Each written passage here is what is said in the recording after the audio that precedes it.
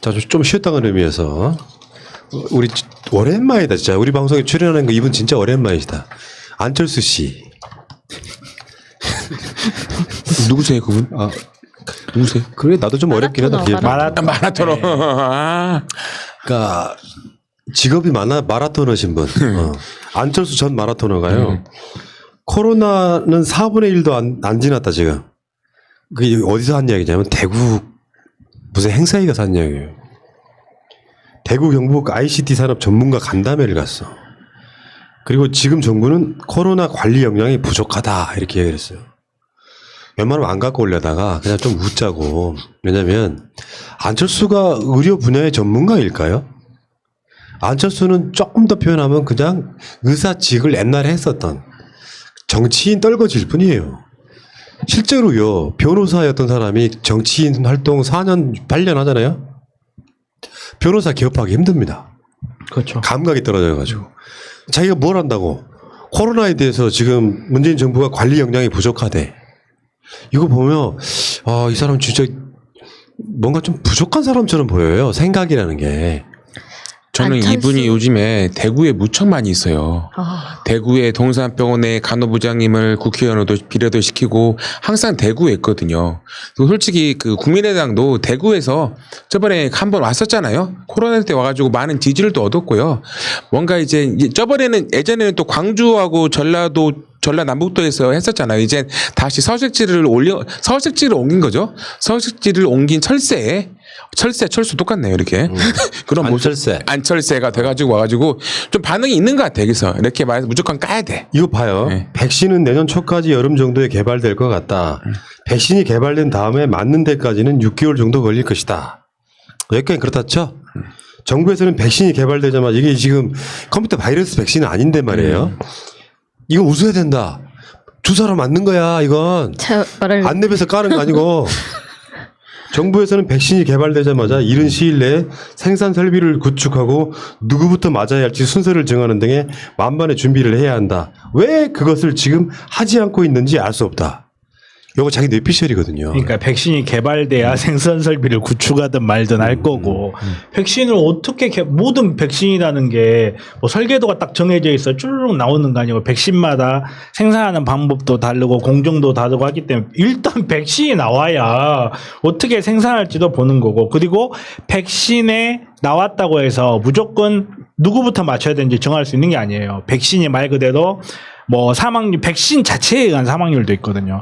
백신 자체의 위험성이 어느 정도인지, 그리고 코로나 자체의 위험성이 어느 정도인지 해서 백신의 위험성보다 코로나 위험성이 높은 연령군을 정한 다음에 누구부터 맞아야 될지 순서를 정하는 거지. 아니, 아직 백신도 안 나왔는데 내년 여름에 백신이 나올 건데 아직 그걸 안 정하고 있다는 것 자체가 말 그대로 딱 푸나님 말씀이 맞아요. 이거 컴퓨터 백신 아니거든요. 사람 몸에 들어가는 백신이거든요.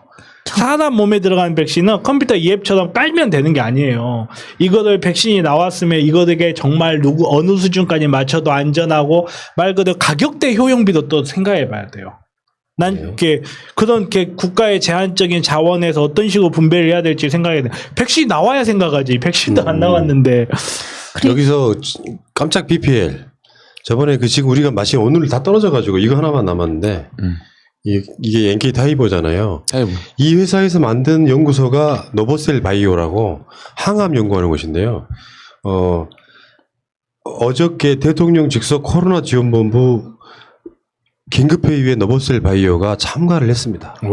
나온 결론 범정부 지원단이 결정됐고요. 요거에 대해서 이제 동물 실험까지 갔으니까 사람 임상 시험이 남아 있겠죠.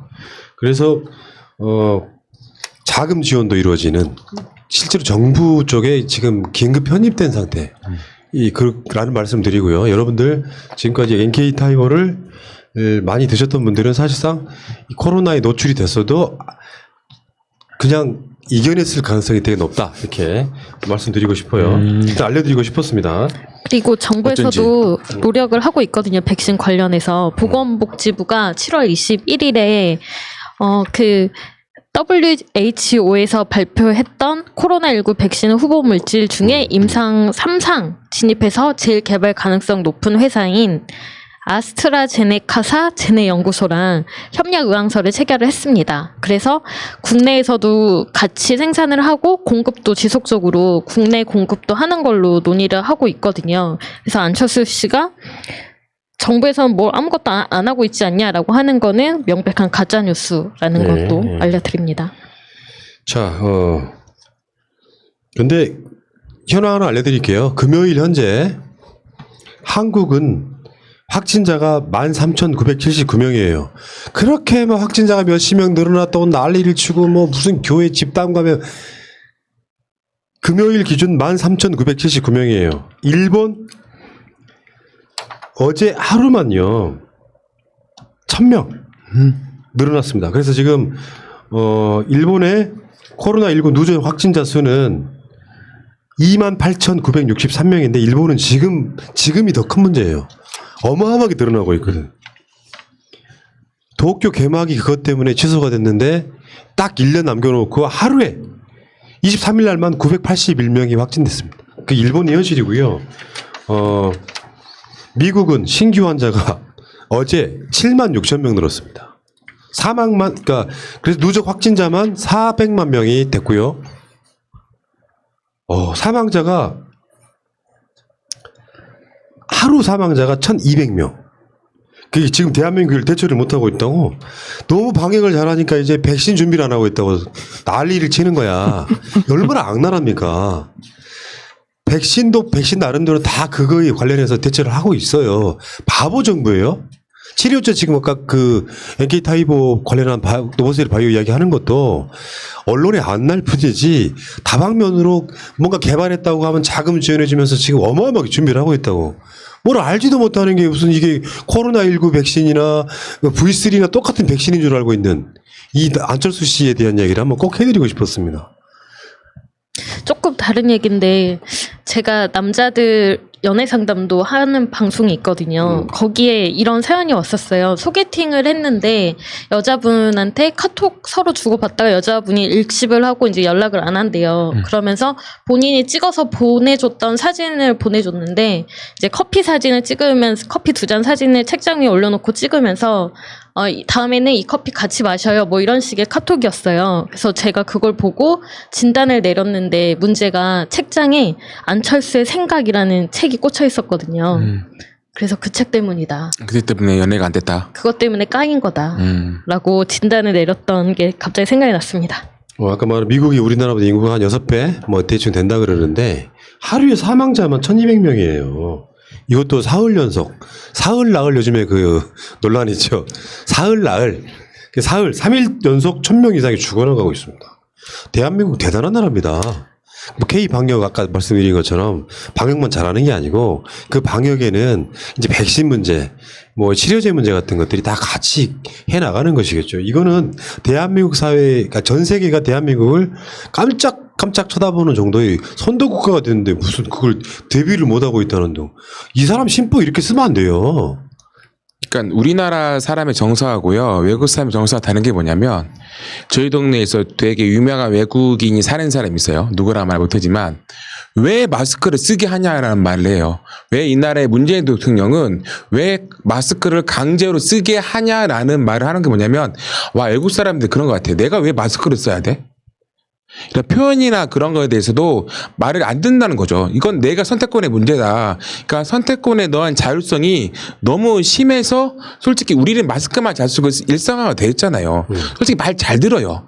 교회 안 하면 안 가고 다 하는데 솔직히 미국이나 그런 데서는 다 집회할 거라고 봐요. 야구만 안 하는 거 스포츠 경기만 안 할 뿐이라 생각하고 그런 좀 마인드가 우리나라가 달라요. 그리고 여러분들이 뭐냐 대구 같은 데 보시면 99.999%가 다 마스크를 쓰고 다니거든요. 이게 국민 의식이에요.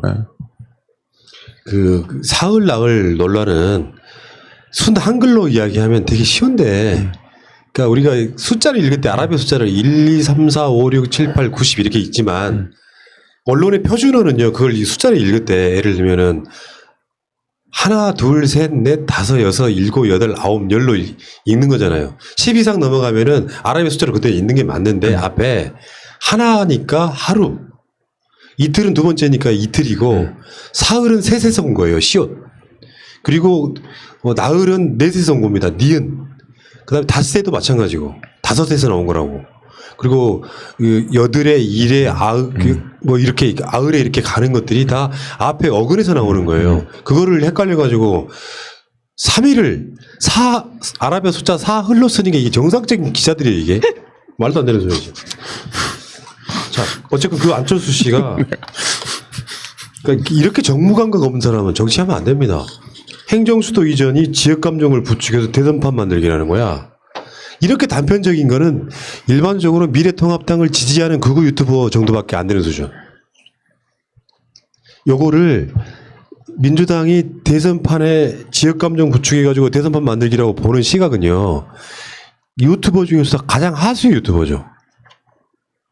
왜냐하면 이 아젠다는 행정수도를 옮기는 쪽에 목적을 준 아젠다예요. 무슨 말이냐. 미래통합당도 적극 방어를 못한 아젠다라고요. 그러니까 충청권에다가 행정수도를 옮기자라고 하는 아젠다에 미래통합당이 반대를 못하게 되면 이슈로서는 지역감정 이슈가 없는 상태에서 만들어지는 거예요. 수도권에 있는 미래통합당의 국회의원들은 반대할 수 있죠. 쉽게 표현하면 수도가 옮겨가는 거니까. 근데 요거는 이 수도권 분산을 시키자는 차원에서 만들어진 아젠다인데 미래통합당이 반대를 적극적으로 못 해왔고 그런 역사도 있고 지금도 마찬가지라고 하면 지역감정을 부추겨서 대선판을 만들기라는 게 말이 안 됩니다. 왜 미래통합당이 거기에 적극 반대를 못 합니까?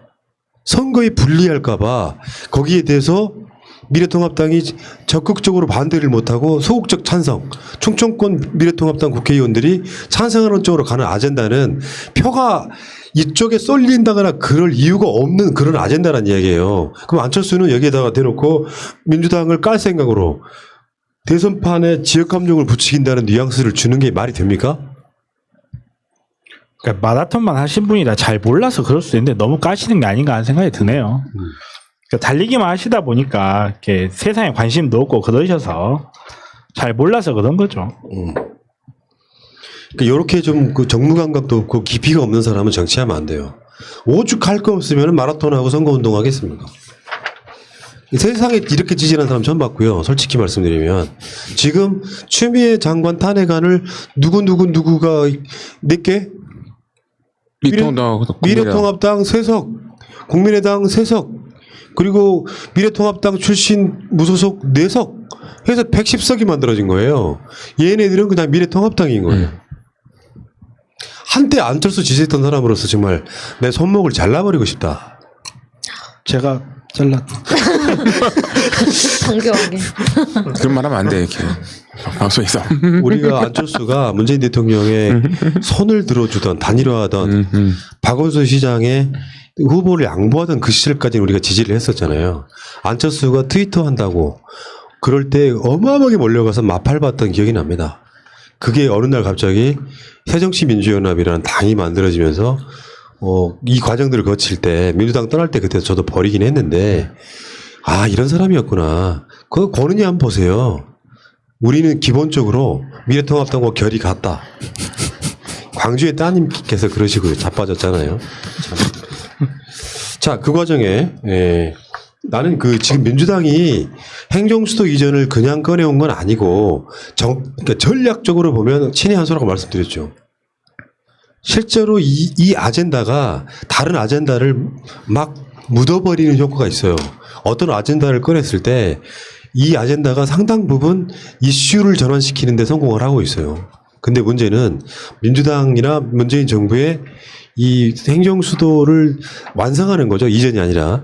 여기 이 아젠다는 상당 부분 그냥 즉흥적인 게 아니고 이야기를 들어보면 사실상 20년 준비한 아젠다에 가깝습니다. 그렇죠. 근데 실제로 노무현 대통령이 못다 이룬 꿈 같은 것들을 이제 조금 더 체제를 정비해가고 법을 보완해 가면서 국회, 청와대, 법원 이런 것들이 다 세종시로 옮겨갈 가능성이 높아지고 있죠. 그러니까 안철수 말처럼 대선에 영예 먹으려고 정치 이슈 한다가 아니라 완성의 작업을 굉장히 깊게 고민하고 던진 아젠다더라. 그런 얘기를 하나 해주고 싶어요. 이게 수도가 우리가 고정관념인 것 같아요. 서울이라는 데에서 모든 것이 있어야 한다는 고정관념이 있는 거고 거기에서 지방에서 모든 사람들이 올라갈 수 있는 거잖아요. 저도 서울에 살다가 대구로 내려온 케이스인데 뭐 사는 거에 대해서 지방이 어렵거나 그러진 않거든요. 그리고 지금 시점에서는 그 중앙정부나 지방정부가 봤을 때요. 그 새로운 인프라를 만들어줘야 돼요.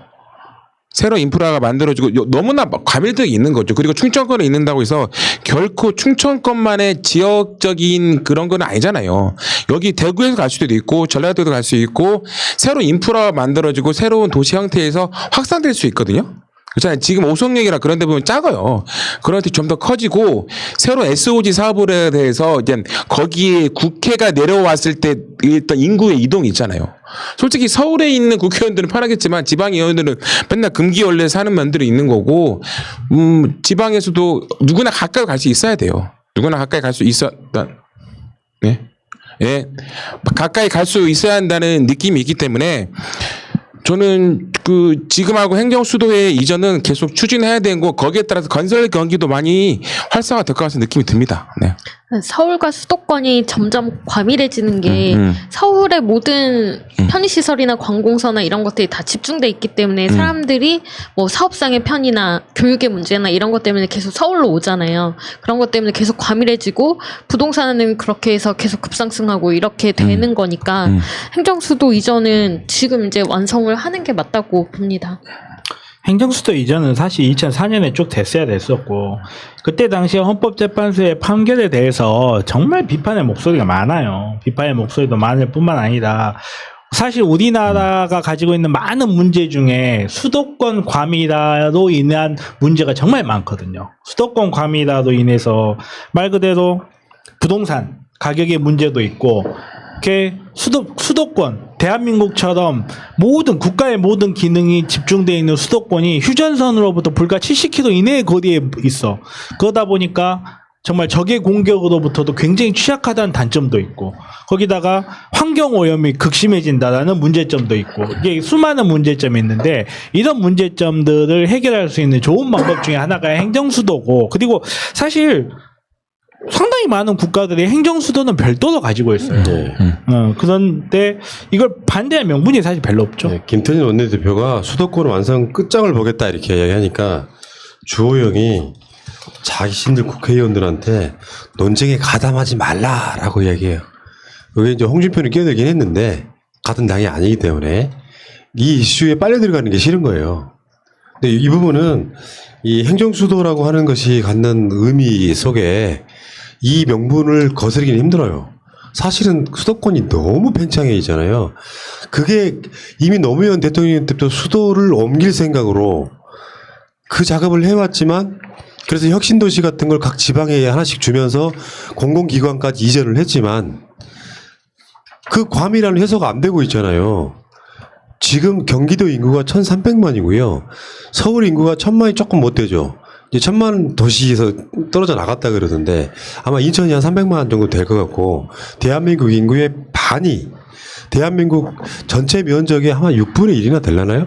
거기 지금 그 몰려 있다고 하는 것이 여러분 생각하는 것보다 대한민국 땅덩어리 굉장히 넓더라고요. 이게 살짝만 좀 분산시켜줘도 그 지방에는 아파트가 남아돌고 서울에 또는 수도권의 아파트 가격은 막 올라가고 이 자체가 비정상적이지 않습니까? 그래서 세종시가 행정수도가 완성이 되면 그게 서울만큼 되는 데는 거의 100년 걸릴 거고요. 실제로 어느 효과를 보려면 내가 봤을 때 한 20년 걸립니다. 당장 세종을 중심으로 발전하지 않는다고 봐요. 수도권 과밀화 행정수도를 옮겨도 어느 날 갑자기 확 떨어질 것 같지는 않고 지금 최근에 지어지고 있거나 지어졌던 아파트들은 세종시 아파트 가격이 또 오르겠죠. 어쨌든 간에 그건 역사적 명분이나 대의로 해야 된다고 생각해요. 그거 하지 않으면은 안 되는 부분이 분명히 있습니다. 이거는 남북 통일의 문제가 아니에요. 대한민국 장기적 비전에 의해서라도 수도권 과밀화는 상당 부분 깨질 필요가 있는 거죠. 자, 어쨌든 지금 아무 생각 없이 대선용 아젠다라고 씨부리고 있는 정말 초딩 같은 마인드의 안철수 씨를 보고 있으니까 참 답답하다. 사람을 보는 시각이 정치란 왜 사람들한테 스트레스를 주는지 아세요? 정치가? 그래서 여당이 굉장히 책임이 무겁다고 하는 거예요. 정치권에서 어쨌건 간에 이슈가 나와서 재밌는 있고 신나는 이슈가 나오면 사람들이 재밌죠. 근데 정치권에서 나온 뉴스라는 게 맨날 국회에서 지지고 볶고 합의는 안 되고 맨날 징징거리고 이 과정이 계속 진행이 되면 그 원인 제공을 야당이 했을지라도 여당이 싸잡아서 욕먹혀요. 정치권 그저 그런 놈들 이렇게 욕을 먹히잖아요. 그러니까 여당이 힘들다는 건 즐거운 이슈를 만들어내기 힘들기 때문에 운영하는 데 있어서의 그 모든 책임을 지고 있기 때문에 여당이 힘든 거고 그럴수록 지지하는 사람들은 여당 내가 좋아하는 정당을 지지함으로써 여론이 뒷받침되고 어떤 힘의 균형을 맞춰주는 게 필요하다는 거예요. 어떤 분이 새날한테 아젠다를 좀 방향, 그러니까 정치 한 이슈만 이야기하지 말라고 이야기하시던데 저는 그 의견에 동감할 수 없어요. 왜냐하면 새날만큼 다양한 방송하는 방송이 있습니까? 여러분들이 안 보실 뿐이지 다양한 주제로 다른 방송들이 많이 있어요. 근데 거기에 지금 즉각 이슈를 이야기하는 이유는 딱 하나입니다. 여론에서 밀리지 않으려고 이러는 거예요. 박원순 시장 관련된 문제 같은 거, 행정수도 이슈 같은 거, 검찰의 난 이런 이슈 같은 것들을 우리 같은 사람들이 방송하지 않으면 지금 기성 언론이 말하고 있는 메시지 그대로 사실화돼 버린다는 거. 그러니까 즉각 대응할 수밖에 없는 거예요. 근데 그 방송은 듣지도 않으신 분이 새날 방송 아젠다를 좀 다양화해 주면 안 되겠냐고 하면 내가 공감할 수 있겠어요? 공감 못하지? 그러니까 빨리 구독, 좋아요, 알림 설정까지 해주시면 다양한 방송을 모두 보실 수 있으니까 네. 얼른 알림 설정을 하세요. 알겠습니다. 이인영 통일부 장관에 대한 청문회가 있었고요. 오늘